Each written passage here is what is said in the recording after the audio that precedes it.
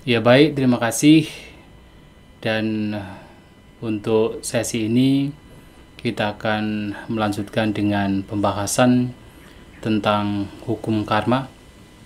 Yang sesungguhnya pembahasan tentang karma ini sudah banyak dilakukan, dan terutama oleh umat Buddha, karena memang berbicara karma itu salah satu topik yang kebanyakan umat Buddha tertarik untuk mendalami, karena itu sangat berkaitan erat dengan kehidupan kita yang selalu mengalami perubahan, perbedaan-perbedaan dalam setiap waktunya, yang mana diyakini bahwa itu adalah disebabkan karena salah satunya karma atau perbuatan.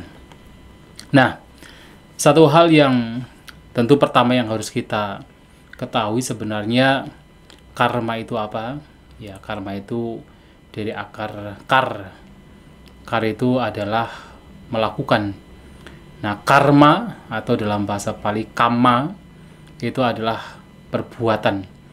Jadi kar itu berbuat atau melakukan, maka ketika ada suffix atau ada akhiran ma, itu menjadi karma atau kamma, itu artinya adalah perbuatan.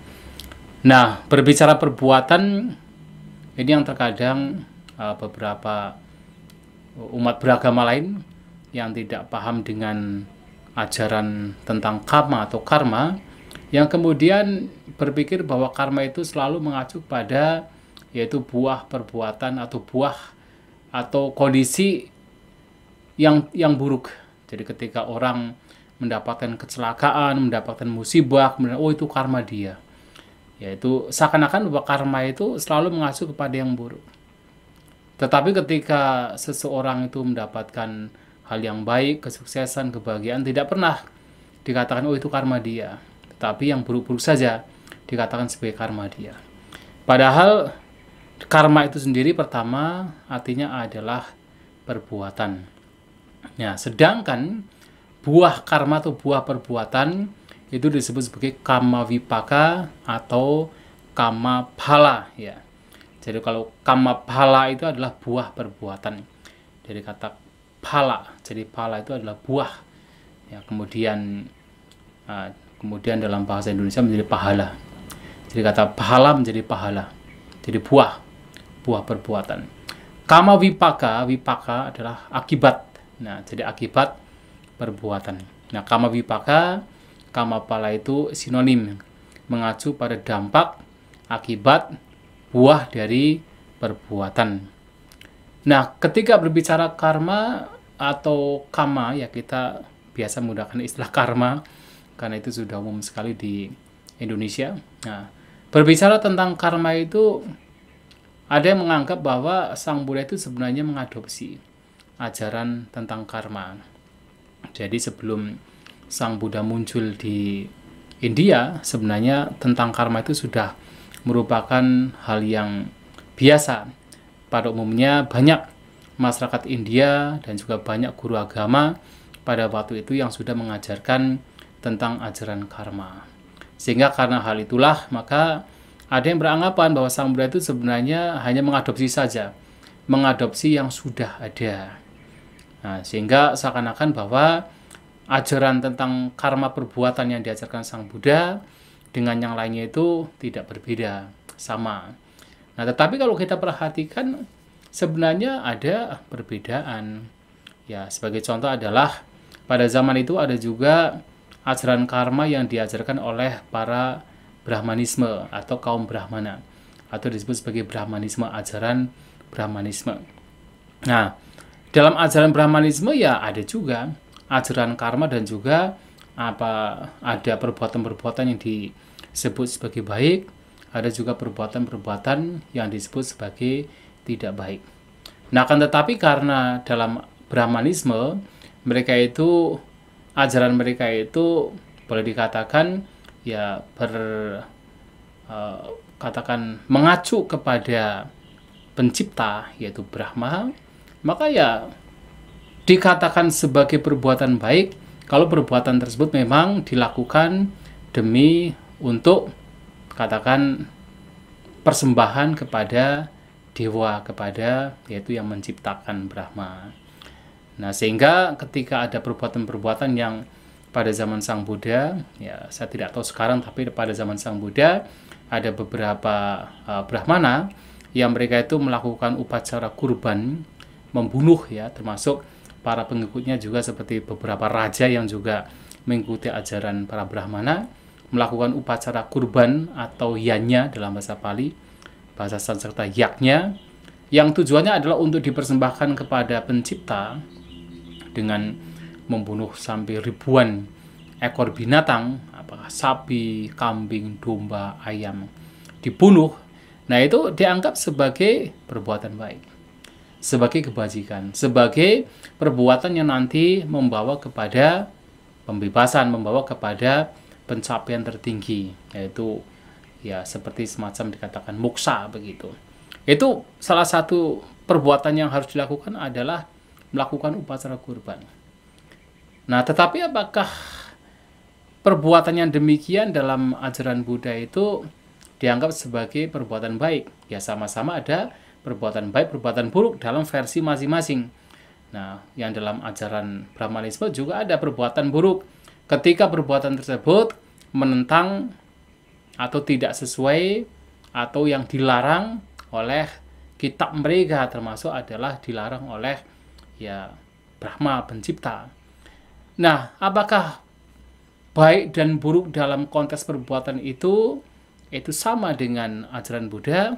Kalau kita selidik lebih dalam, yaitu berbeda.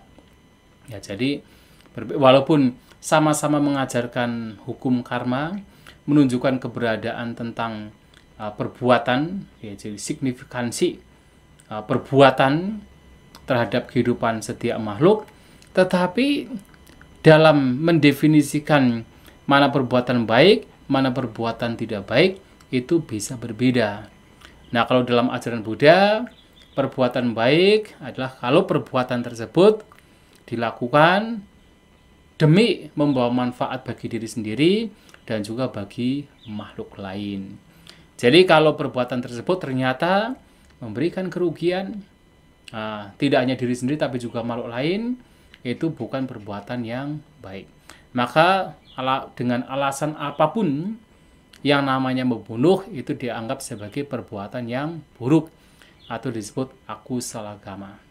Mencuri dengan alasan apapun itu juga perbuatan yang buruk. Apalagi berzina, apalagi berbohong, bermabuk-mabukan, dan melakukan tindakan kejahatan lainnya. Dan apapun perbuatan yang sifatnya merugikan diri sendiri dan juga makhluk lain, maka disebut sebagai perbuatan yang buruk. Nah, bahkan dikatakan pula, kalaupun sebuah perbuatan itu untuk diri sendiri menguntungkan, tapi itu merugikan makhluk lain, itu juga bukan perbuatan yang baik. Kalau perbuatan tersebut mungkin menguntungkan yang lain, tetapi kalau diri sendiri dirugikan, itu juga tidak dalam kategori perbuatan yang baik, karena masih ada yang dirugikan. Tapi kalau perbuatan tersebut menguntungkan diri sendiri, bermanfaat bagi diri sendiri, dan juga bermanfaat bagi orang lain, makhluk lain, maka disebut sebagai perbuatan yang baik. Dan tentu kalau perbuatan tersebut yaitu merugikan diri sendiri dan juga merugikan yang lain, jelas itu adalah perbuatan yang buruk. Maka perbuatan baik dan buruk itu ukurannya bukan atas kehendak siapa, tetapi adalah ukurannya adalah memberikan manfaat atau tidak. Kalau memberikan manfaat bagi keduanya, baik diri sendiri dan juga makhluk lain, itu adalah yang baik.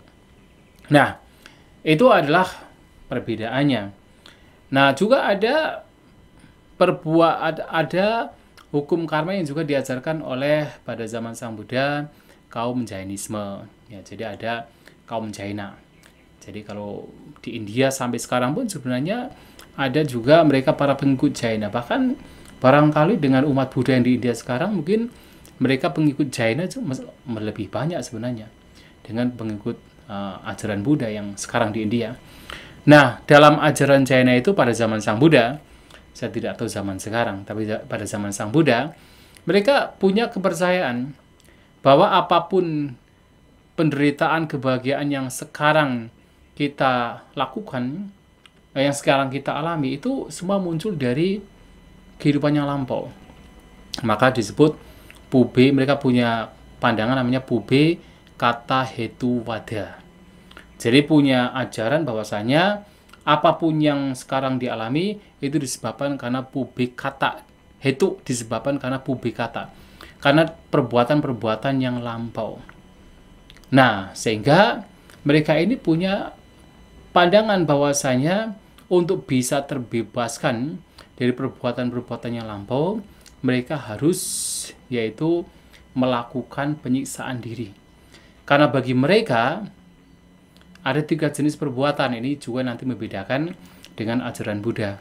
Ada 3 jenis perbuatan. Perbuatan ucapan, perbuatan jasmani, dan perbuatan pikiran. Yang mana dari 3 jenis perbuatan ini, yang paling memberikan dampak bagi seseorang, bagi mereka, adalah perbuatan jasmani. Jadi bukan ucapan dan juga bukan pikiran, tetapi adalah jasmani. Mengapa? Karena mereka melihat bahwasanya ketika seseorang melakukan kejahatan, itu yang tampak adalah ketika orang misalnya mencuri. Ketika ada pencurian terjadi, yang melakukan pencurian yang tertampak oleh mata, itu adalah jasmani. Yang mengambil barang milik orang lain adalah tangan, jasmani. Nah, itu tidak hanya mencuri, bahkan ketika misalnya ada pembunuhan, yang tertampak oleh mata itu adalah jasmani yang melakukan. Jadi dengan jasmani, ya dengan tangan membawa pisau menusuk orang lain, itu jasmani. Sementara ucapan dan pikiran tidak kelihatan. Nah, karena mereka melihat segala perbuatan itu yang tertampak paling jelas itu adalah jasmani, maka mereka berpikiran bahwa dari 3 jenis perbuatan ini, yang paling memainkan perannya yang paling besar tidak lain adalah jasmani. Maka mereka melakukan yaitu kaya danda, penghukuman terhadap jasmani, yang tidak lain adalah atta gila matan yoga, melakukan praktik penyiksaan diri. Itu karena melihat bahwa jasmani inilah yang membawa kepada berbagai macam kejahatan. Nah, jadi mereka punya pandangan bahwa yang sekarang dialami itu seluruhnya adalah perbuatan-perbuatan yang lampau. Dan dari 3 jenis perbuatan, maka yang paling memainkan perannya itu adalah perbuatan jasmani. Ini bisa dilihat di dalam salah satu khutbah yaitu Upali Sutta dan juga Dewadaha Sutta. Ada di sana bahwa jasmani itu memainkan perannya yang paling besar bagi kaum Jaina. Nah, tetapi dalam agama Buddha tentu berbeda. Dalam agama Buddha percaya dengan hukum karma. Tetapi karma yang diajarkan, ditunjukkan itu ya berbeda dari yang diajarkan di Jainisme. Yang mana kalau di dalam ajaran Buddha, perbuatan yang akan menentukan seseorang menjadi bahagia, menjadi menderita itu tidak hanya yang sekarang, yang lampau saja, tetapi juga yang sekarang. Jadi perbuatan sekarang juga sangat mempengaruhi seseorang mendapatkan kebahagiaan dan juga mendapatkan penderitaan. Yang lampau juga memberikan pengaruh, tetapi tidak hanya sekedar yang lampau, tetapi yang sekarang inilah yang juga memberikan pengaruh. Bahkan kalau kita perhatikan, di antara perbuatan-perbuatan yang hendaknya dilakukan, yang harus kita concern di sana, kata lebih peduli di sana, itu bukan masalah perbuatan yang lampau dalam ajaran Buddha. Kenapa? Ya karena yang lampau sudah ditinggalkan. Kita tidak tahu seberapa kebajikan, seberapa kejahatan yang dulu dalam kehidupan yang lampau kita pernah melakukan. Kita tidak tahu. Ya, kita tidak tahu. Tetapi yang jelas kita tahu adalah saat ini dan sekarang. Apakah saat ini dan sekarang kita melakukan kebajikan atau melakukan perbuatan, itu yang paling yang harus kita betul-betul peduli di sana dalam kehidupan sekarang ini. Makanya kalau kita perhatikan di dalam khutbah-khutbah Sang Buddha kan, alih-alih kita itu berpikir-pikir tentang yang lampau ataupun yang akan datang, kita lebih mengacu kepada apa yang saat ini dan sekarang. Atitang nanwa gameya nak padi kangkana gatang. Jadi Jangan kita itu kembali ke masa lampau, merindukan yang akan datang. Tapi yang sekarang ini yang kita harus betul-betul kita peduli. Karena apa? Itu yang tampak, itu yang terlihat. Nah, sehingga berbicara perbuatan juga tidak masalah perbuatan yang lampau. Walaupun yang lampau itu memberikan pengaruh. Tapi kita tidak tahu seberapa kejahatan atau kebajikan yang dulu pernah kita lakukan. Tetapi yang sekarang kita yang tahu.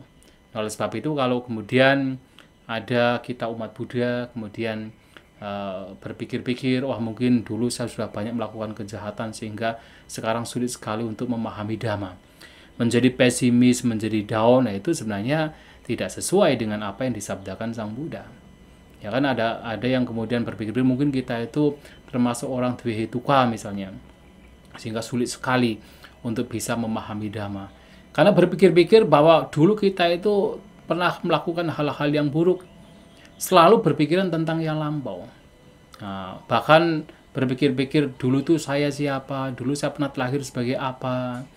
Nah, itu yang sebenarnya oleh Sang Buddha itu tidak begitu penting untuk berpikir-pikir tentang siapa dulu saya, apa yang telah saya lakukan dulu, saya dulu menjadi apa, mungkin dulu saya pernah melakukan ini dan itu sehingga sekarang saya menjadi begini. Itu tidak begitu penting. Bahkan kalau kita berpikir-pikir tentang yang lampau, berkenaan dengan saya dulu siapa, apa saya, bagaimana saya, itu malahan kalau kita lihat dalam Sabha Sawasuta itu disebut sebagai ayuniso manasikara, sebuah perhatian yang tidak bijak. Karena apa? Begitu berpikir-pikir tentang yang lampau demikian, itu membawa kepada pandangan, anggapan, ya membangun sebuah anggapan yang semakin kuat bahwa ada self, ada diri. Nah, itu menjadi kotoran batin malahan. Nah, tetapi Sang Buddha selalu mengacu pada apa yang sekarang ini, yang saat ini.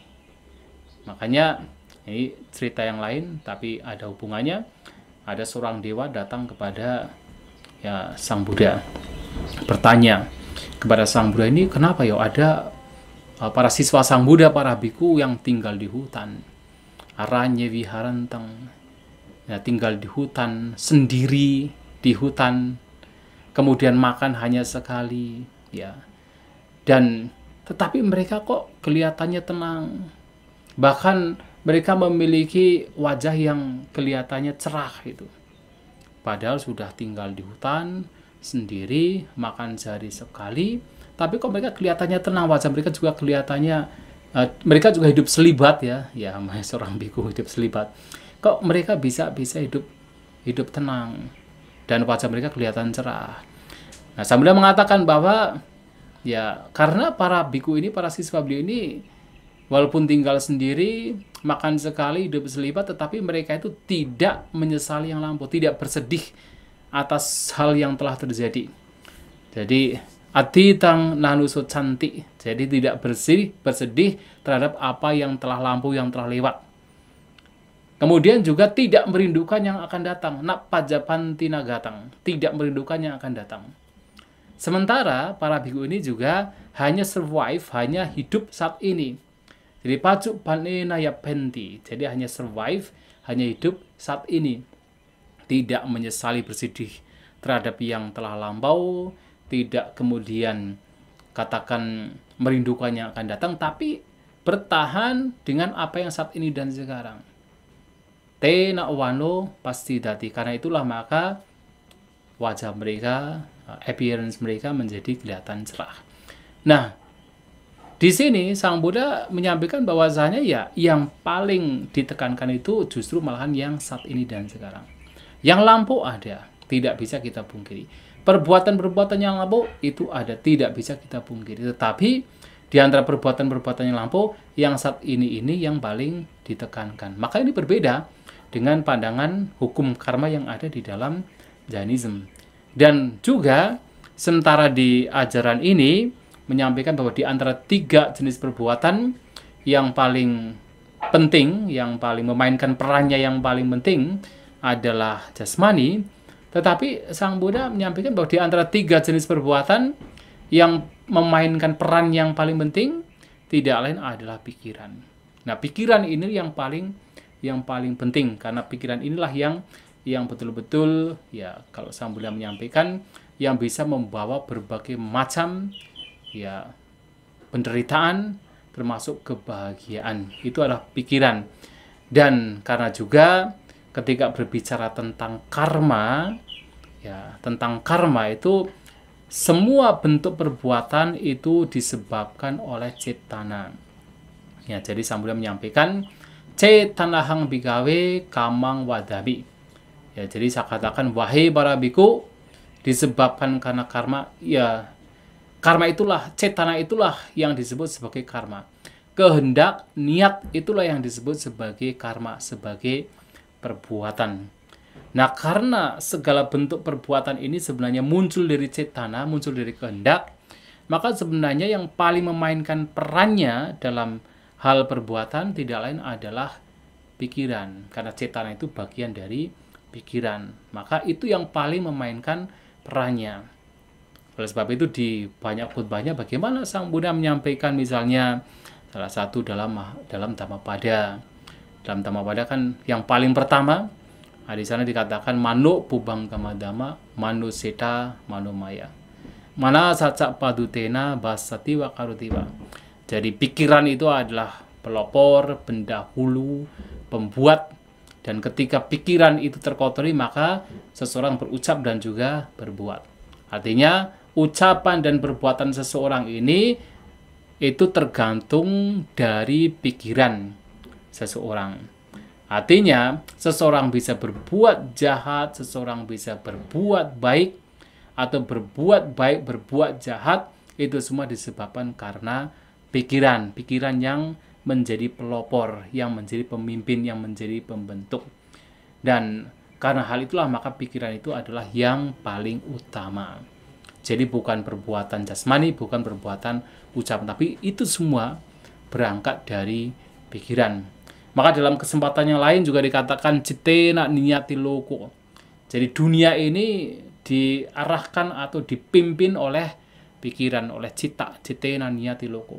Dunia ini dipimpin oleh pikiran. Dunia itu adalah dunia pengalaman.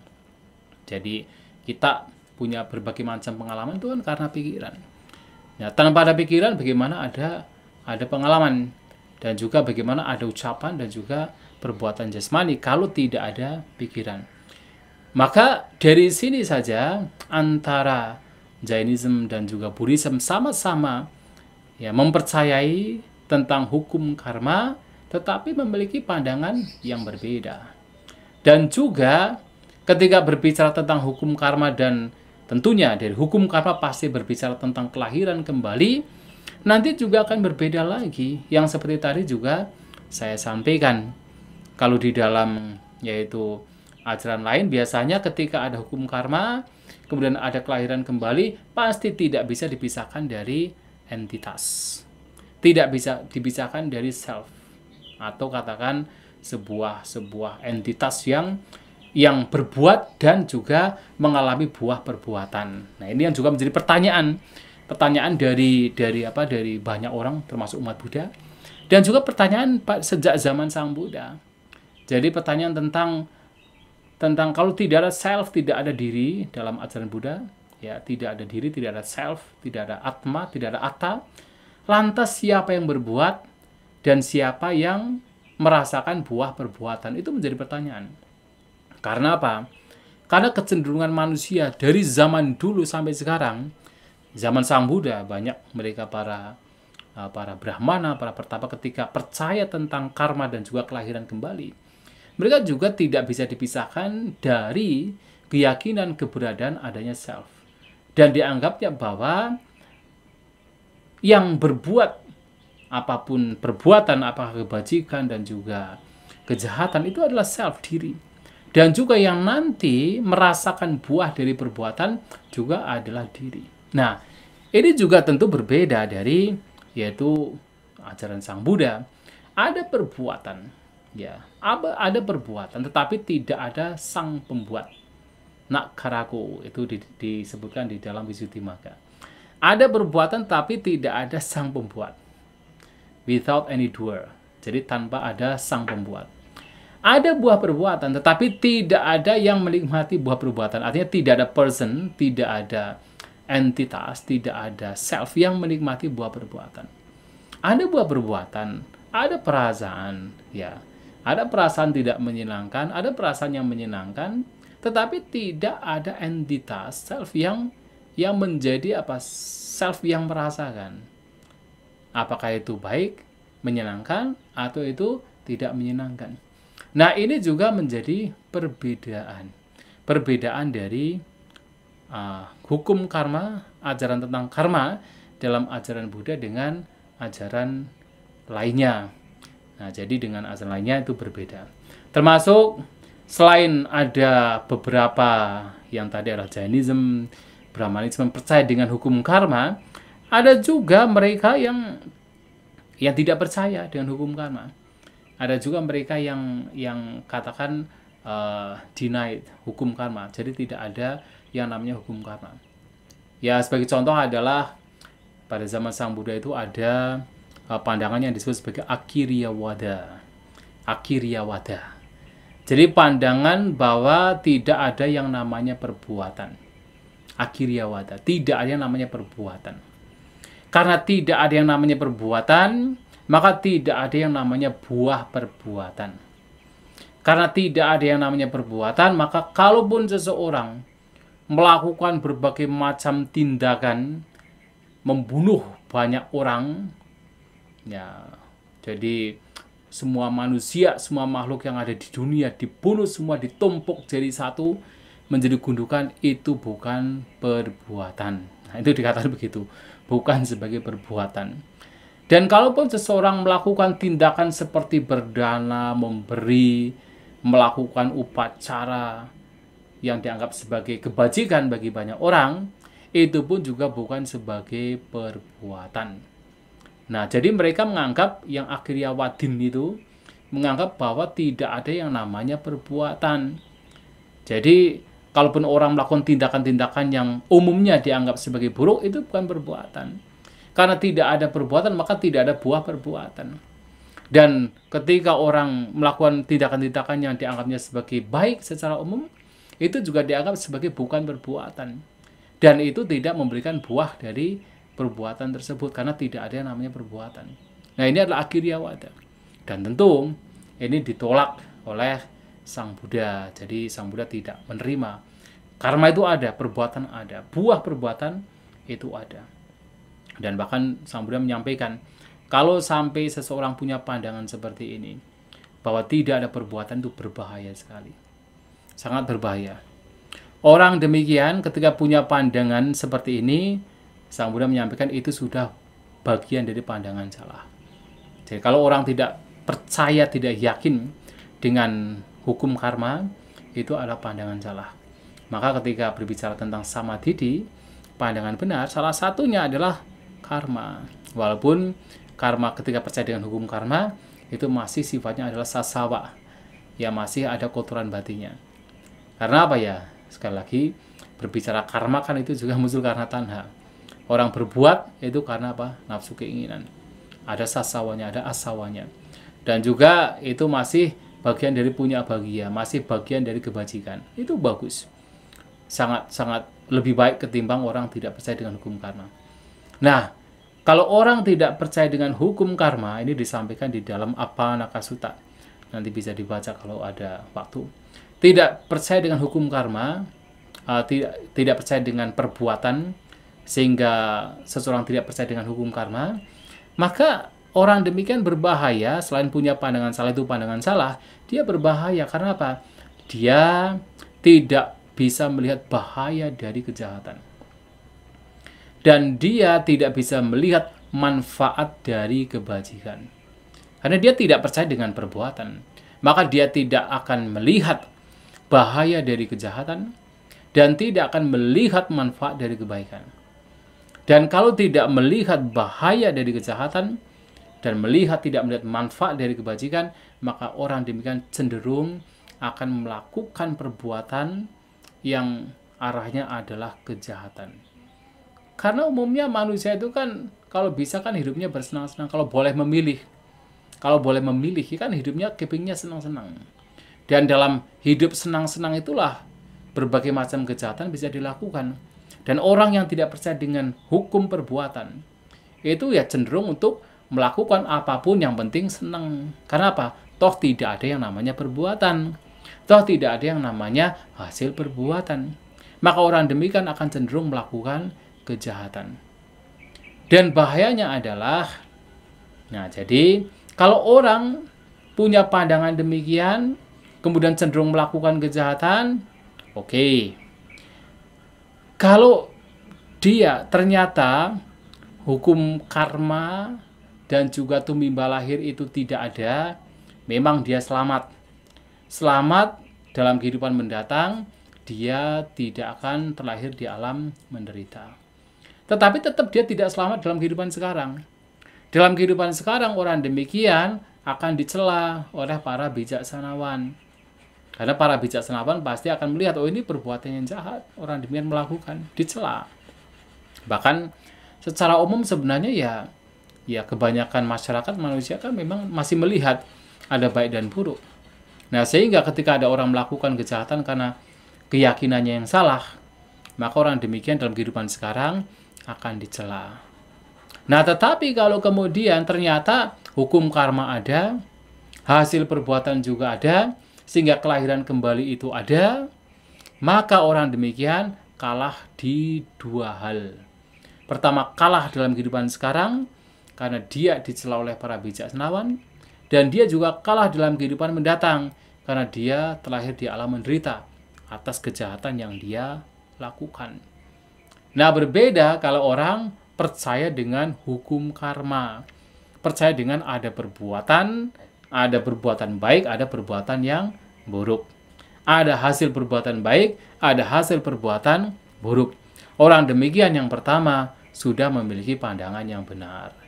Yang kedua, orang demikian akan melihat bahaya dari kejahatan, melihat manfaat dari kebaikan. Nah, sehingga orang demikian cenderung untuk melakukan hal-hal yang baik, melakukan kebajikan. Nah, karena hal itulah kemudian orang demikian karena cenderung melakukan kebajikan, nah dalam kehidupan sekarang, kalaupun seandainya tidak ada kelahiran kembali, tetapi setidaknya dalam kehidupan sekarang dia masih menang karena dipuji oleh para bijaksanawan. Karena dia juga melindungi dirinya sendiri, karena sudah menjadi hukumnya kalau kita berbuat kebajikan dalam lingkungan sekitar kita, maka kita pun juga akan cenderung aman. Tidak ada permusuhan dari orang-orang sekitar. Maka dia akan aman dalam kehidupan sekarang.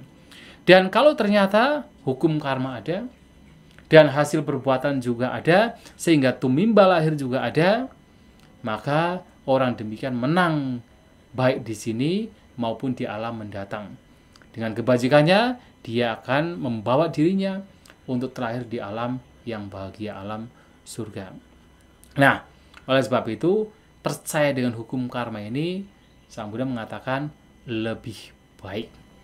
Tetapi mereka yang punya pandangan akhiriyawada, yang tidak percaya dengan apa itu perbuatan, itu berbahaya.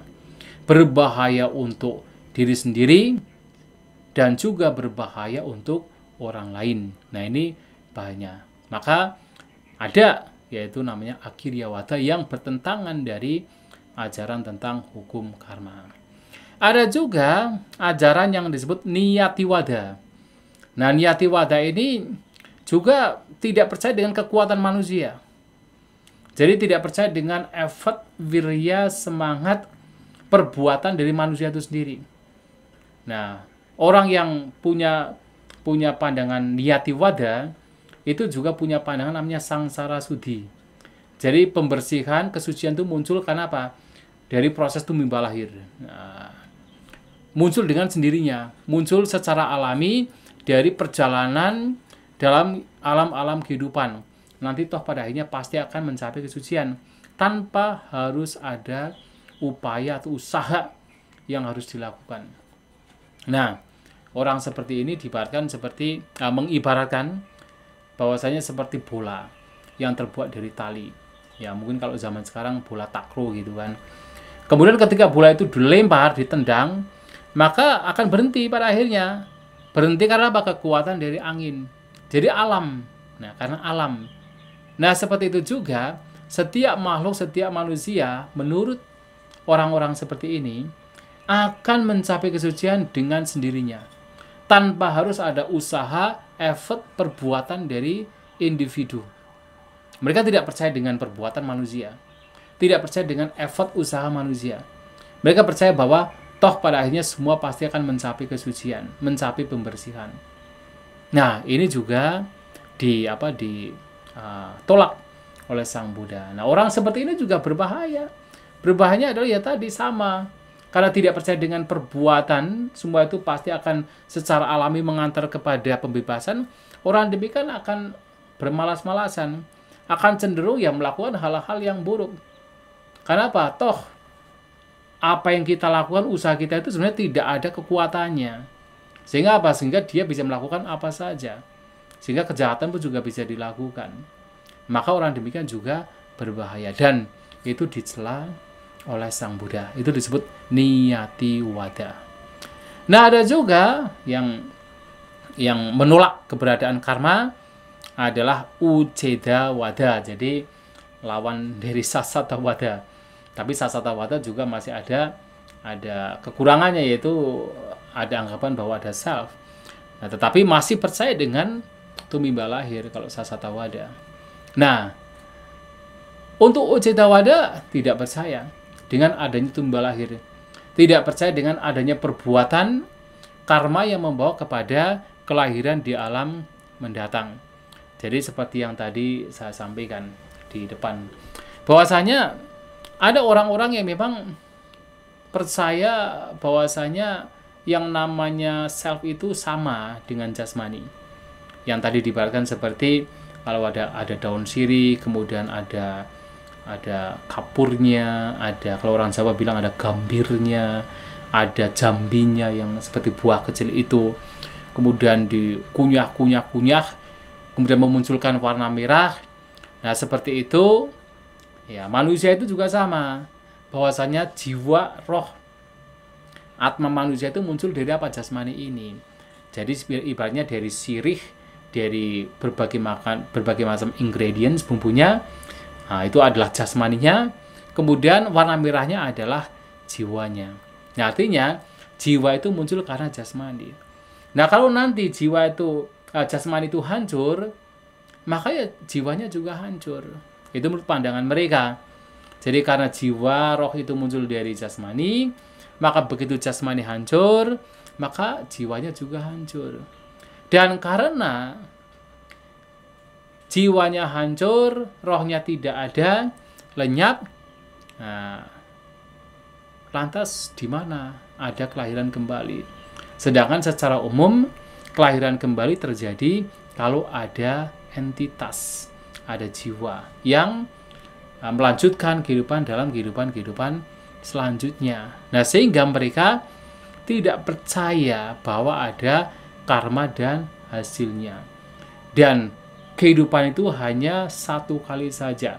Ketika jasmani hancur, nah menurut mereka, yang salah satu orang yang sangat getol mengajarkan ini, Uceda Wada, pada zaman Sang Buddha ada seorang guru bernama Aji Take Sakambali. Nah, dia itu getol sekali mengajarkan tentang Uceda Wada, dan dia mengatakan bahwa manusia itu berhenti hanya pada saat sampai kuburan. Sehingga jasmani, ya, jadi unsur tanah kembali ke tanah, unsur air kembali ke air, unsur api kembali ke api, unsur udara kembali ke udara, dan kesadaran itu terbang ke angkasa dan lenyap. Nah, itu menurut Ajita Gesa kembali. Nah, sehingga tidak ada kelahiran kembali. Karena tidak ada kelahiran kembali, maka tidak ada yang namanya hukum perbuatan. Perbuatan itu ya tidak memberikan buah. Nah, orang demikian, bayangkan, kalau betul-betul yakin, keyakinan demikian itu diakumulasi sedemikian rupa sampai kokoh sekali, ya bisa saja. Maksudnya zaman sekarang pun juga bisa terjadi. Kokoh sekali dengan keyakinan bahwa hidup itu hanya sekali. Setelah kematian terjadi, nggak ada apa-apa. Nggak ada kelahiran kembali. Nah, bayangkan orang demikian yang masih punya kotoran batin, apa yang akan dia lakukan? Ya, karena hidup hanya sekali, maka bersenang-senanglah, melakukan berbagai macam kesenangan indrawi, mengumpulkan berbagai macam kesenangan indrawi. Maka orang yang mempunyai pandangan ucedawada itu cenderung melakukan kama sukali kanu yoga. Jadi cenderung untuk mengejar berbagai macam kesenangan indera. Toh hidup hanya sekali. Kalaupun harus melakukan berbagai macam kejahatan, membunuh, mencuri, berzina, berbohong, menipu, dan lain sebagainya, nggak apa-apa. Yang penting bahagia. Hidup kan hanya sekali. Nah, itu pandangan mereka. Maka orang demikian juga Sang Buddha mengatakan bahaya. Bahayanya adalah apa ya? Tadi sama. Orang yang punya pandangan ucedawata ini bahaya karena orang demikian tidak akan melihat bahaya dari kejahatan dan tidak akan melihat manfaat dari kebaikan. Karena tidak melihat keduanya, orang demikian cenderung untuk melakukan kejahatan. Dan ketika dia melakukan kejahatan, oke. Kalau ternyata tidak ada kelahiran yang akan datang, dia selamat dalam kelahiran yang akan datang karena tidak ada kelahiran. Tapi setidaknya dalam kehidupan sekarang tetap dia dicela oleh masyarakat, oleh orang bijaksanawan. Dia tidak selamat dalam kehidupan sekarang. Nah, kemudian kalau seandainya ternyata kelahiran mendatang ada, karma itu ada, wah dia tidak akan selamat. Di sini sudah dicela, nah di alam lain terlahir di alam menderita. Ya, jadi orang demikian akan mendapatkan dua penderitaan di sini dan yang akan datang. Nah, tetapi orang yang melakukan kebajikan, perbuatan baik, percaya dengan hukum karma, ya di sini mendapatkan kebahagiaan, dipuji oleh para bijaksanawan. Nah, pecak sage. Nah, jadi setelah kematian dia terlahir di alam surga. Nah, itu dalam ya pandangan ajaran Buddha. Maka ucedawata ini juga berbahaya dan berbeda dari apa yang diajarkan oleh Sang Buddha berkenaan dengan karma. Nah, kemudian ada juga pandangan lain yang disebut sebagai isarawada. Nah, jadi selain ada ucitawada, ada niyatiwada, ada akiriyawada, ada juga pandangan lain yang disebut sebagai isarawada. Nah, isarawada itu adalah pandangan bahwa semua kebahagiaan dan penderitaan yang kita alami itu diciptakan oleh Isara. Isara itu berkata Iswara dalam bahasa Sanskerta. Iswara atau Isara, Lord, Tuhan. Ya, jadi diciptakan oleh kekuatan lain. Nah, jadi diciptakan oleh kekuatan lain, Sang Tuhan. Ya, kita tidak menggunakan istilah Tuhan ya, tapi menggunakan istilah Tuhan. Jadi Lord, Isara itu artinya Lord. Jadi Tuhan. Nah, percaya demikian, dan itu juga ya dalam ajaran Buddha tidak sesuai. Karena apa? Karena kalau hanya percaya demikian, itu bahayanya adalah ya semua itu bergantung pada ya yang menciptakan. Nanti kita seseorang melakukan kejahatan, wah itu kan memang sudah memang diciptakan demikian. Orang melakukan kebaikan juga itu sudah diciptakan demikian, dan orang demikian kalau tidak hati-hati itu tidak akan melihat bahaya dari hal yang buruk karena apa? Semuanya memang sudah diciptakan. Nah, tetapi dalam ajaran Buddha tentu perbuatan kita ini sangat memengaruhi. Perbuatan kita itu sangat memengaruhi kebahagiaan dan penderitaan kita. Nah, itu menjadi sebuah perbedaan. Makanya hukum karma ini penting sekali untuk dipahami. Jadi walaupun hukum karma ini juga diajarkan dalam kepercayaan lain sejak zaman Sang Buddha bahkan sebelum itu, tetapi apakah sama? Ternyata ketika dikaji lebih lanjut tetap akan ada perbedaan. Ada perbedaan dalam konteks tertentu, dalam hal tertentu akan ada perbedaan. Nah, dan juga ternyata ada juga ajaran-ajaran lain yang ada pada zaman Sang Buddha itu mereka tidak percaya dengan perbuatan manusia, tidak percaya dengan karma, tidak percaya dengan perbuatan. Dan itu menjadi bertolak belakang dengan ajaran Sang Buddha. Dan walaupun seseorang percaya dengan karma, tetapi tetap akan ada sisi perbedaan lainnya juga yang juga harus kita pahami. Oleh sebab itu, kita harus paham sesungguhnya perbuatan atau karma dalam ajaran Buddha itu seperti apa. Maka tadi, pertama yang kita pahami adalah perbuatan dalam ajaran Buddha itu adalah disebabkan karena cetanahang bikawe kamang wadami, kehendak. Itulah yang disebut sebagai karma. Mengapa? Karena setelah seseorang berkehendak, seseorang akan melakukan 3 jenis perbuatan, yaitu manokama, wacikama, dan kayakama. Perbuatan melalui pikiran, melalui jasmani atau ucapan, dan juga melalui jasmani. 3 jenis perbuatan ini. Itu muncul karena diawali dari kehendak, diawali dari cetana. Nah, karena cetana inilah kemudian muncul berbagai macam perbuatan, 3 jenis perbuatan.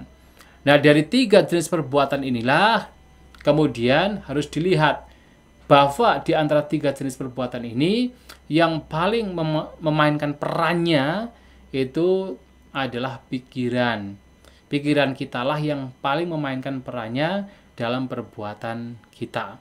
Ya, pikiran termasuk di dalamnya tentu ada yaitu cetana, itu memainkan perannya. Makanya berbicara tentang perbuatan, itu kan cetana, kehendak itu juga sangat memberikan pengaruh. Apakah itu perbuatan baik, perbuatan buruk, itu semua tergantung pada cetananya, kehendaknya, niatnya masing-masing. Bahkan ketika ucapan terucap, barangkali, atau perbuatan itu bergerak, jasmani bergerak, tapi kalau kemudian tidak ada cetana, atau cetananya berbeda, yaitu terkadang apa yang tampak itu tidak sesuai dengan perbuatan sesungguhnya yang mencerminkan pikirannya. Jadi belum tentu itu sebagai perbuatan yang orang melihatnya sebagai misalnya, ya, sebagai contoh misalnya kasus pembunuhan. Ya kan, dalam seseorang dikatakan membunuh kan harus ada 5 syarat. Nah, salah satu syaratnya adalah cetana, kehendak. Nah, dari 5 syarat ini kalau ternyata salah satu di antaranya tidak ada, maka tidak disebut sebagai perbuatan membunuh. Ya, dan juga kalau cetana salah satunya juga tidak ada, maka tidak disebut sebagai perbuatan membunuh. Nah, misalnya syarat dari perbuatan membunuh kan adalah ada makhluk hidup, bukan makhluk mati. Kedua, tahu itu adalah makhluk hidup. Yang ketiga ada niat. Niatnya apa? Niat membunuh makhluk tersebut. Yang ketiga adalah melakukan upaya usaha untuk membunuh makhluk tersebut. Yang kelima, sebagai upaya tersebut, makhluk tersebut mati. Nah, baru kalau 5 hal ini muncul, maka disebut sebagai perbuatan membunuh. Tetapi kalau salah satu di antara 5 ini tidak ada, maka tidak disebut sebagai membunuh. Termasuk kalau cetananya itu ternyata bukan cetana untuk membunuh, tidak ada keinginan untuk membunuh atau niat untuk membunuh, walaupun sebagai dampak perbuatan seseorang, misalnya ada makhluk yang terbunuh, tapi karena tidak ada cetana membunuh, maka sebenarnya dalam konteks yang seperti ini bukan sebagai pembunuhan. Salah satu kasusnya adalah kasus Bante Cakupala misalnya. Nah, Bante Cakupala ini kan seorang yang telah mencapai arahanta. Beliau disebut sebagai Cakupala karena memang pada waktu itu matanya ketika beliau mencapai kesucian arahanta, matanya buta. Begitu matanya buta, batinnya juga terbebaskan. Nah, ketika sudah terbebaskan, beliaunya tidak bisa melihat. Nah, suatu kali ketika beliau berjalan, banyak serangga, semut, dan sebagainya mati, terinjak oleh beliau. Para bhikkhu lainnya pada komplain melapor kepada Sang Buddha. Ini Bante Cakupala membunuh banyak insek, banyak serangga, berjalan tidak melihat serangga, kemudian ya pada mati gitu kan, terinjak-injak. Ya barangkali apalagi kalau tinggalnya di hutan gitu kan, ya, bayangkan di hutan tuh banyak sekali binatang, semut-semut tuh banyak sekali. Kalau berjalan setiap jengkalnya mungkin ada semut. Nah, kalau kemudian seseorang tidak bisa melihat, ya bagaimana kemudian bisa melihat semut? Ya akan banyak serangga yang mati. Nah, sehingga dilaporkan kepada Sang Buddha. Nah, Sang Buddha tentu melihat, pertama, Bhante Cakupala itu ya memang sudah buta, tidak bisa melihat. Bagaimana yang sudah buta ini kemudian menginjak, kemudian betul-betul berniat untuk membunuh makhluk yang beliau saja tidak bisa tahu ada makhluk atau tidak. Dan yang kedua yang terpenting lagi adalah Bhante Cakupala sudah mencapai kesucian arahanta, sudah arahat. Maka tidak mungkin seorang arahanta punya keinginan, punya niat kehendak untuk membunuh. Nah, karena beliau Bhante Cakupala tidak punya niat untuk membunuh, maka tidak bisa dikatakan sebagai pembunuhan. Ya, jadi walaupun berjalan menginjak banyak serangga, tetapi walaupun serangannya banyak mati, karena tidak ada niat kehendak untuk membunuh, ya beliaunya tidak dikatakan sebagai membunuh. Nah, atau dalam Vinaya Pitaka misalnya ada banyak kejadian tentang pembunuhan. Misalnya ada seorang biku, jadi ada bapak dan anak, ayah dan anak ini semuanya menjadi biku. Kemudian suatu kali keduanya itu ingin pindah patah. Nah, anaknya ini ketika mengajak pindah patah kepada bapaknya ini yang juga biku, itu mendorong bapaknya untuk segera siap-siap, cepat-cepat kita pindah patah. Ketika didorong, dia jatuh dan jatuh mati, meninggal. Wah, dia merasa menyesal sekali karena dengan apa yang dilakukan, ayahnya meninggal. Datang kepada Sang Buddha dengan kekhawatiran, penyesalan dan sebagainya. Nah, Sang Buddha bertanya, ada tidak niat untuk membunuh? Ya, tidak ada, Bhante, nggak ada niat untuk membunuh. Ya, kalau tidak ada niat untuk membunuh, ya masih selamat, artinya tidak melakukan parajika. Dengan kata lain, dia sebenarnya tidak membunuh. Karena apa? Mendorong, tidak berniat untuk supaya ayahnya meninggal. Tetapi beda, ada kasus yang sama. Dua orang, ayah dan anak, sama. Nah, tetapi anaknya ini mendorong memang dengan tujuan untuk membunuh, supaya bapaknya mati. Ternyata jatuh betulan dan mati. Nah, ketika itu diselidik, ya dia mengaku juga ada niat untuk membunuh ayahnya. Ya udah, dia parajika, artinya dia juga dikatakan membunuh.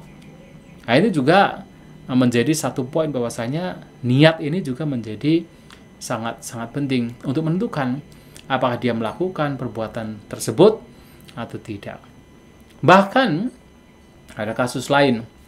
Ada seorang biku yang dia itu ceramah tentang kematian kepada umatnya sudah tua. Nah, tetapi dia punya niat kalau dia ceramah tentang kematian, umatnya ini karena takut dengan kematian dia meninggal. Ternyata betul. Jadi mungkin kalau zaman sekarang karena ketakutan dengan gagasan ide tentang kematian, maka terkena jantungnya, terkena penyakit jantung itu, heart attack gitu, meninggal. Nah, kemudian dilaporkanlah itu peristiwa tersebut kepada Sang Buddha. Dan Sang Buddha melihat bahwa orang ini punya niat memang untuk membunuh orang tersebut yang sudah tua dengan dalih khutbah dhamma. Tapi tujuannya adalah untuk membunuh, menakut-nakuti sehingga dia mati. Dan karena hal itulah dia tetap dikatakan melakukan parajika. Nah, jadi hati-hati dengan kita ceramah, misalnya kita ceramah punya niat supaya orang meninggal. Wah, ini kita ceramah ini udah ada orang tua yang sudah punya penyakit jantung, udah kita ceramai saja tentang kematian supaya dia takut, cemas, nanti kena penyakit jantung, mati. Wah, bahaya. Kalau betul-betul mati, kita parajika. Nah, sehingga niat ini sangat mempengaruhi. Oleh sebab itu, cetanahang bikawe kamang wadami. Saya katakan bahwa cetana kehendak itulah yang disebut sebagai perbuatan karma. Maka dalam Vinaya saja, ya yang paling menentukan apakah orang tersebut melakukan perbuatan tertentu, itu adalah dari niatnya. Niatnya itu baik atau buruk. Nah, walaupun sepertinya ucapannya, perbuatannya, kelihatannya kasar, buruk, tapi kalau niatnya itu sebenarnya tidak ke sana, ya bukan perbuatan yang buruk. Sebagai contoh seperti misalnya ada seorang Bhante. Kita bisa membaca dalam Pilinda Waca Sutta, Udana Bali. Seorang Bhante bernama Pilinda Waca. Nah, konon katanya beliau itu sudah mencapai kesucian arahanta, dan memang sudah dideklar, sudah diklaim, sudah mencapai kesucian arahanta. Tetapi ketika beliaunya itu berbicara kepada para biku lain, itu menggunakan kata wassala, wassala waddena. Jadi wassala waddena samudat carati. Jadi memperlakukan orang lain dengan kata-kata wassala. Dengan istilah lain adalah dia itu, Bante ini berbicara kepada yang lain seakan-akan orang lain itu seperti pembantu. Seperti beliaunya itu adalah bos, kemudian dengan pembantunya dengan kata-kata yang kasar, yang rendah itu. Para biku lain komplain, ini kenapa kok Bante ini katanya sudah arahanta, tapi kok masih mengucapkan kata-kata yang kasar, menyebut kami sebagai wasala. Wasala kan kasta yang rendah sekali, kaum buangan. Nah, kemudian dilaporkanlah kepada Sang Buddha. Sang Buddha meminta seorang biku untuk memanggil Bante Belindawaca ini. Kemudian dipanggil, ditanya oleh Sang Buddha, apakah benar engkau memanggil para biku lainnya dengan wassalawada, dengan kata-kata wassala? Oh benar Bante. Nah, tapi kemudian Sang Buddha melihat dengan kekuatan batinnya, melihat kehidupan lampau dari Bante Belindawaca ini. Ternyata memang Bante Belindawaca ini selama 500 kehidupan yang lampau tanpa terputus, jadi unbroken kelahiran tanpa terputus, selama 500 kelahiran ini terlahir di keluarga Brahmana. Jadi memang mungkin beliau itu punya kebajikan yang besar, terus terlahir di keluarga yang terpandang, keluarga Brahmana kasta tinggi. Nah, sehingga sudah terbiasa dalam 500 kelahiran ini, terbiasa menjadi orang terpandang dan memang ya melihat orang-orang lain itu seperti lebih rendah daripada beliaunya dalam kehidupan yang lampau. Dan karena kebiasaan inilah kemudian ketika beliau menjadi seorang biku, bahkan setelah mencapai kesucian arahanta, kebiasaan ini ternyata tidak bisa dilepaskan. Jadi memanggil teman-teman dengan kata-kata yang seperti rendah, wasal itu tidak bisa dilenyapkan.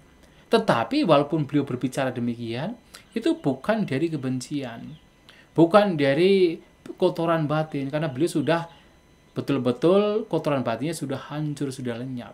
Itu hanya sekedar karena kebiasaan. Nah, jadi kalau seorang arahanta itu masih dikatakan memiliki wasana. Wasana itu adalah kebiasaan yang lampau, itu masih bisa muncul lagi. Ya, kebiasaan dari perbuatan, ucapan, dan jasmani itu masih bisa muncul. Walaupun kotoran batin sudah lenyap, tapi kebiasaan lama itu masih bisa muncul. Seperti yang Belindawaca ini. Tetapi Sang Buddha inilah yang sebenarnya wasananya juga sudah hancur. Kebiasaan-kebiasaan yang kelihatannya itu tidak pantas, walaupun itu bukan muncul dari kotoran batin, bagi Sang Buddha itu sudah hancur. Maka beliau dikatakan sebagai Wija Carana Sampano. Jadi dihiasi oleh pengetahuan dan juga oleh tindak tanduk yang sempurna. Jadi tindak tanduk dan pengetahuannya itu sudah sempurna karena tidak ada wasana lagi. Nah, tetapi seorang arahanta bahkan masih memiliki kebiasaan-kebiasaan yang kadang-kadang tertampak tidak baik, tapi itu bukan muncul dari kehendak pikirannya, bukan muncul dari kotoran batinnya. Nah, maka ini juga menentukan. Oleh sebab itu, cetana, kehendak niat sangat menentukan seberapa dan bagaimana perbuatan tersebut itu dilakukan, dan apa jenis perbuatan yang dilakukan itu berdasar pada cetana, kehendak seseorang. Ya, saya kira untuk hari ini sampai di sini, dan kalau masih ada pertanyaan, mungkin 1-2 pertanyaan dipersilakan. Mohon izin Bante, Wandami Bante. Ya, baik. Ada pertanyaan kadang yang ditanyakan, mungkin saya agak bingung menjawabnya. Mau dikatakan bahwa jika dikatakan bahwa niat itu adalah karma yang sesungguhnya, betul ya Bante ya. Tetapi kan di dalam sebuah karma itu kan setidaknya harus ada 5 syarat. Nah, andai kata memang ada niat di situ, tetapi ada niat dan ada usaha, tetapi tidak ada hasil, kan tidak menjadi karma, Bante. Karma juga, tapi karma lain. Oh.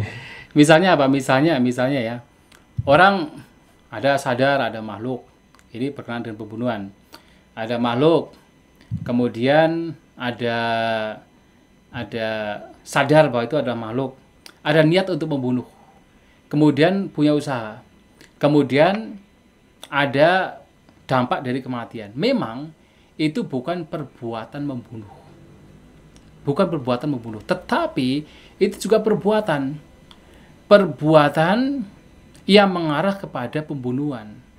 Masih sebagai perbuatan karena ada niat, tapi perbuatan tersebut bukan sebagai perbuatan membunuh, tapi juga sebagai perbuatan yang mengarah kepada pembunuhan, yang dampaknya adalah perbuatan melukai. Karena ada usaha kan? Nah, bahkan ketika usaha itu belum tercapai terhadap makhluk yang akan dibunuh, orang demikian belum bisa memukul, tetapi itu masih bagian dari perbuatan pikiran. Ya, walaupun itu belum merupakan perbuatan melukai, belum perbuatan membunuh, tapi karena sudah ada niat untuk membunuh, maka itu sudah menjadi perbuatan pikiran. Nah, jadi masih sebagai perbuatan, masih sebagai karma, tetapi ya bukan karma membunuh. Nah, itu bedanya demikian, tapi masih sebagai sebuah perbuatan. Ya, itu begitu ya, Auso. Baik, Bante. Makasih, Bante. Iya. Ada yang lain? Atau cukup? Ya, silakan.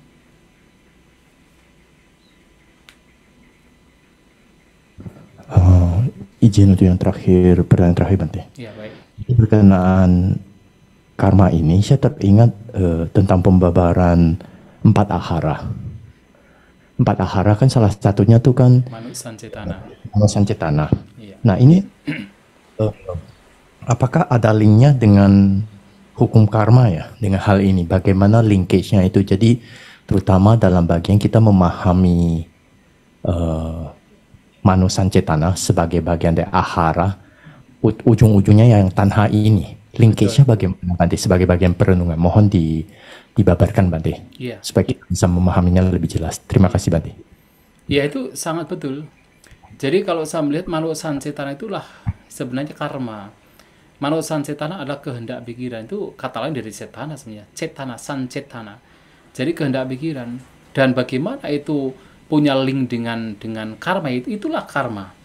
Manusan Cetana itulah karma. Dan kenapa kemudian 4 ahara ini termasuk Manusan Cetana itu muncul karena tanha, muncul karena kegandrungan atau nafsu keinginan, yaitu karena karma saja. Seseorang bisa melakukan perbuatan itu karena tanha.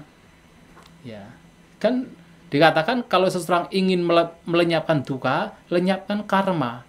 Ingin melenyapkan karma, lenyapkan tanha. Kenapa? Karma muncul dari tanha. Maka Manusan Cetana itu juga muncul dari tanha, muncul dari nafsu keinginan. Cetana itu juga muncul dari nafsu keinginan. Nah, sehingga karena itu muncul dari tanha, dan karena itu adalah katakan juga karma, yang karma itu selalu membawa kepada hasil atau buah, maka jelas perbuatan karma cetana yang muncul dari tanha itu membawa kepada kelanjutan, membawa kepada tumimbal lahir. Maka Manusan Cetana karma, kemudian tanha nafsu keinginan, itu membawa kepada kelahiran kembali, keberlanjutan. Dan itu tidak bisa dipisahkan. Sehingga betul sekali, Manusan Cetana adalah karma. Dan itu muncul karena tanha nafsu keinginan.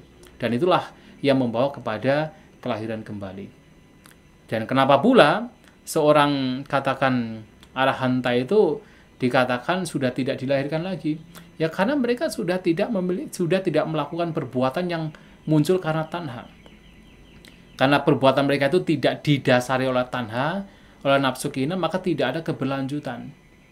Jadi diibaratkan seperti yang sebuah perumpamaan, ada biji, ada ladang, ada air. Biji tersebut bisa tumbuh berkembang ketika diletakkan, disemai di ladang dan disiram air. Maka biji tersebut berkembang. Tapi kalau kemudian biji tersebut diletakkan di ladang, tapi kalau tidak disiram air, maka tidak akan tumbuh dan berkembang. Nah, biji tidak lain adalah kesadaran, cita, consciousness, winyana. Kemudian ladang itu adalah perbuatan karma. Sedangkan air itu adalah sneha atau tanha, nafsu keinginan atau tanha sneha. Artinya, kalau kesadaran ini itu menjadi bentuk perbuatan yang didasari oleh tanha, ya karena kan perbuatan muncul dari pikiran juga, itu didasari oleh tanha, oleh nafsu keinginan, maka kesadaran ini juga akan mengalami keberlanjutan. Artinya ada kelahiran-kelahiran yang akan datang, ada tumimba lahir, walaupun kesadaran bukan kesadaran yang sama, tapi akan terus mengalami keberlanjutan karena ada tanha dan karma, ada biji, ada ladang dan ada air yang menyiraminya, air tanha. Nah, tetapi seorang arahanta berbeda. Ya, selama mereka masih hidup dalam kehidupan, ya katakan di alam manusia atau di alam lain, ketika masih hidup ya masih ada kesadaran. Masih melakukan perbuatan tetapi tidak didasari oleh nafsu keinginan. Nah, sehingga perbuatan mereka itu tidak membawa kepada kelahiran yang akan datang karena tidak ada tanha di sana. Nah, oleh sebab itu untuk membedakan perbuatan seorang arahanta dengan perbuatan-perbuatan dari makhluk lain, maka seorang arahanta disebut sebagai kiriya. Ya, bukan karma tapi kiriya. Tetapi sebenarnya kiriya karma itu akar katanya sama, kar, yaitu melakukan. Tapi untuk membedakan maka arahanta kiriya, kemudian makhluk lain adalah karma. Nah, kalau kiriya ini mengacu pada perbuatan yang tidak didasari oleh tanha. Sedangkan karma didasari oleh tanha. Maka cetana itu, manusan cetana itu juga muncul karena tanha. Dan itu menjadi ahara, menjadi nutrisi, menjadi makanan bagaimana makhluk-makhluk survive dan berlanjut dalam kehidupan-kehidupan yang akan datang. Karena karma, perbuatan, dan juga tanha, nafsu keinginan itu yang memang membawa makhluk-makhluk untuk terus mengalami keberlanjutan di alam tumimba lahir. Ya, jadi memang demikian. Ya. Terima kasih banyak Bante, pembebaran. Ya. Ya, saya kira untuk hari ini sampai di sini. Nah, nanti minggu depan kita bisa memulai lagi untuk pembahasan karma, ya. Dan minggu depan sebenarnya adalah yang terakhir sebenarnya, karena untuk minggu depannya lagi menurut jadwalnya adalah ujian. Ada ujian ternyata. Ya, demikian, semoga apa yang disampaikan hari ini memberikan pemahaman. Semoga kita semua bertumbuh berkembang dalam Dhamma. Sabisata Bhavantu Sukhitata. Semoga semua makhluk berbahagia. Sadhu, sadhu, sadhu.